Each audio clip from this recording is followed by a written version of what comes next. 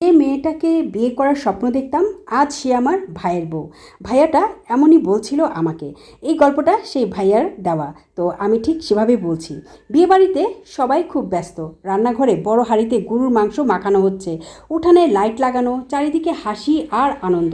কিন্তু আমার বুকের ভেতরটা তখন কেমন যেন ফাঁকা লাগছিল। 2 বছর পর বিদেশ থেকে বাড়ি ফিরেছি, শুধু ছোট ভাইয়ের রাহাতের বিয়েতে আসার জন্য। মা বাবা বলছিল এবং বারবার বলছিল, দেখিস তোর ভাইয়ের বউটা কিন্তু অনেক শান্ত একটা মেয়ে। আমি হেসেছিলাম, জানতাম না কয়েক ঘন্টা পর আমার জীবনটাই বদলে যাবে। রাতে গায়ে হলুদের পর সবাই যখন কনের বাড়িতে গেল, আমিও গেলাম। কনের বাড়ির সামনে দাঁড়িয়েছিলাম। হঠাৎ দরজা খুলে কনে বের হলো।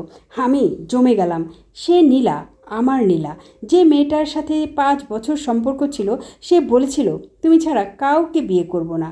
আমার হাত কাঁপছিল, পৃথিবীটা যেন ঘুরছিল। আমি আর কিছুই ভাবতে পারছিলাম না।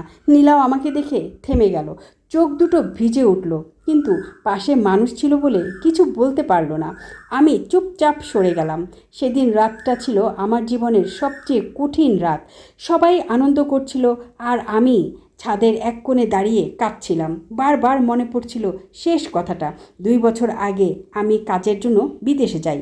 যাওয়ার আগে নীলাকে বলেছিলাম, অপেক্ষা করো, ফিরে এসেই তোমাকে বিয়ে করব। কিন্তু বিদেশ গিয়ে সব এলোমেলো হয়ে গেল। আর ফিরে আসা হলো না। টাকা ছিল না, কাজ ছিল না, যোগাযোগও ছিল না। বলতে গেলে যোগাযোগ একদম আস্তে আস্তে কমতে কমতে ছিল নার মধ্যেই চলে গেল। একদিন হঠাৎ নীলার নাম্বার বন্ধ পাই। তারপর আর কোনো খোঁজ পাইনি। পরদিন সকালে বিয়ে হয়ে গেল এবং পরদিন সকালবেলা বিয়ে শেষ। নীলা এখন আমার ভাইয়ের স্ত্রী। আমি নিজেকে শক্ত রাখার চেষ্টা করছিলাম, কারণ আমার একটা কান্না আমার ভাইয়ের সুখ নষ্ট করে দিতে পারে। কিন্তু আসল ধাক্কাটা পেলাম 3 দিন পর।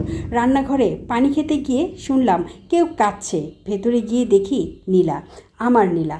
আমাকে দেখে চোখ মুছে বলল, তুমি ভালো আছো তো? আমি হেসে বললাম, খুব ভালো। নীলা কান্না চেপে বলল, আমি তোমার জন্য অনেক অপেক্ষা করেছি, কিন্তু তোমার কোনো খবর পাইনি। তোমার মাও আমাকে মেনে নেয়নি। আমি চুপ হয়ে গেলাম। সে আবার বলল, তোমার ভাই আমাকে পছন্দ করত, আমার পরিবারকে চাপ দিচ্ছিল। আমি না করতে পারিনি। আমার বুকটা ফেটে যাচ্ছিল।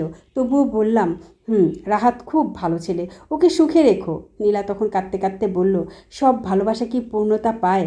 আমি উত্তর দিতে পারিনি। সেদিন বুঝেছিলাম, জীবনে কিছু কিছু মানুষকে খুব ভালোবাসলেও তাদের নিজের করে পাওয়া যায় না।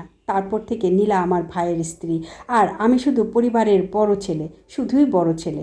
আমরা এখন একই বাড়িতে থাকি, প্রতিদিন দেখা হয়, কিন্তু দুজনের অপরিচিতের মতো পাশ কাটিয়ে চলে যাই। তারপর থেকে নীলা আমার জীবনের থেকে একদম দূরে সরে গেল, একদম দূরে। আসলে শুধু মাঝে মাঝে চোখ দুটো বলে দেয়, একসময় আমরা একে অপরের পুরো পৃথিবী ছিলাম।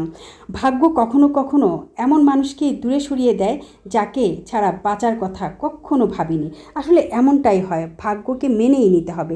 এই গল্পটা থেকে আমরা অনেক কিছু শিখতে পারি, জানতে পারি। আসলে সব ভালোবাসাই কিন্তু পূর্ণতা পায় না, এটা মেনেই নিতে হবে। এটা নিয়ে যদি আমি দুঃখ আফসোস করি এবং নিজের জীবনকে তছনছ করে ফেলি, তাহলে জীবনটাই পুরো নষ্ট হয়ে যাবে। তাই সব কিছু ভুলে গিয়ে নতুন করে আবার নিজের পৃথিবীটাকে শুরু করতে হবে। থেমে গেলে চলবে না। থেমে গেলে আসলে জীবনটাই ধ্বংস হয়ে যাবে। যদি ভালো লাগে গল্পটা শেয়ার করে দিবেন সবার মাঝে। ভালো থাকবেন সবাই।